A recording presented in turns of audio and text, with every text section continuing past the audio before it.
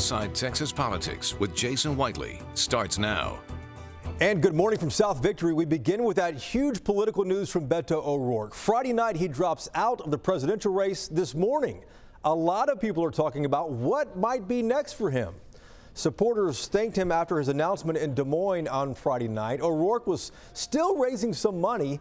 His biggest problem, though, was polling. Beto had not yet qualified for the November debate or the December debate. And in order to survive until Super Tuesday, which is the primary election for Texas and 14 other states, Beto knew he had to be in both upcoming national debates.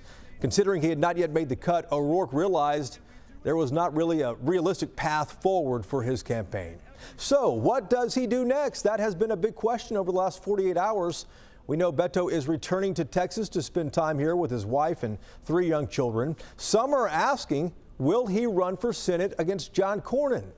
Well, people close to O'Rourke say that is doubtful. Insiders do tell me, though, that Beto is going to campaign vigorously for the eventual Democratic nominee. And if a Democrat wins the White House, Democrats say it's not unrealistic to see Beto join the cabinet or get a senior position with the administration. But of course, that is a lot of ifs and a lot of people and a long way into the future.